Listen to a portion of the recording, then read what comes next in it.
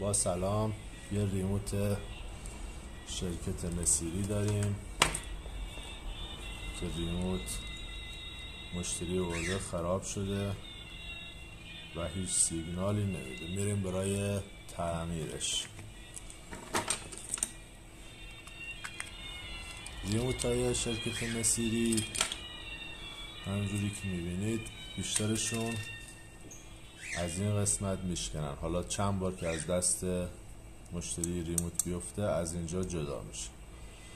اینجا هم هرچی لایم کنی فایده نداره. حالا میام روش لایم کردن سریعش رو بهتون آموزش میدم.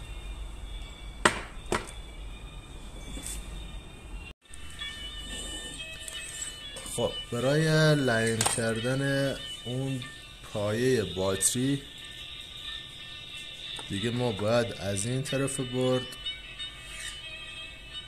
از قسمتی که برق پایه میده به مقاومت لایم رو انجام بدیم که دیگه هیچ وقت قطعی نداشته باشه.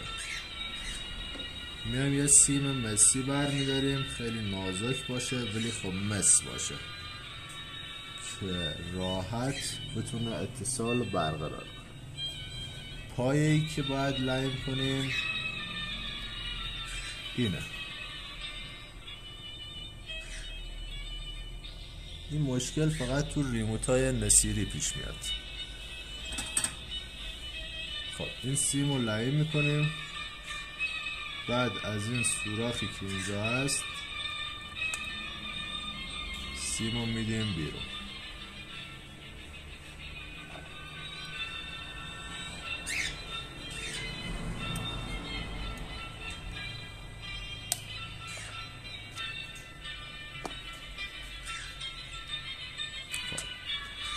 سیم جوری بیرون میدیم که به پایه کلید یا جای دیگه اتصال نکنه.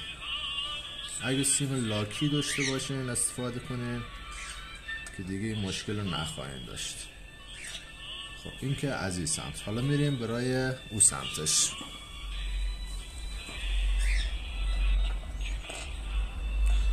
خب این سمتش هم دیگه مهم نیست کجا لایم بشه، هر جا لایم کردین درست. یکم از روغن لایم استفاده میکنن که راحت لایم بگیره. بعدش اضافی سیم هم میچینیم. این پایرم با یکم چسب 1 2 3 میچسبونیم که باتری جابجا نشه.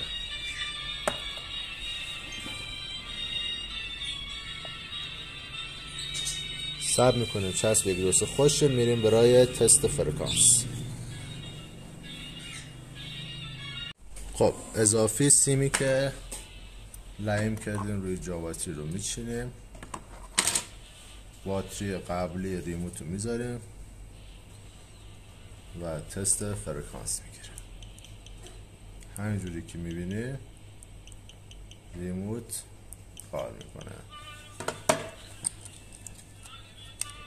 ریموت های نصیری اکثرا پایه باتریشون میشکنه و با این روش دیگه میتونین دائمش کنین که دیگه خراب نشه. حالا هر چند بار که میخواد از دست مشتری بیفته دیگه خراب نمیشه.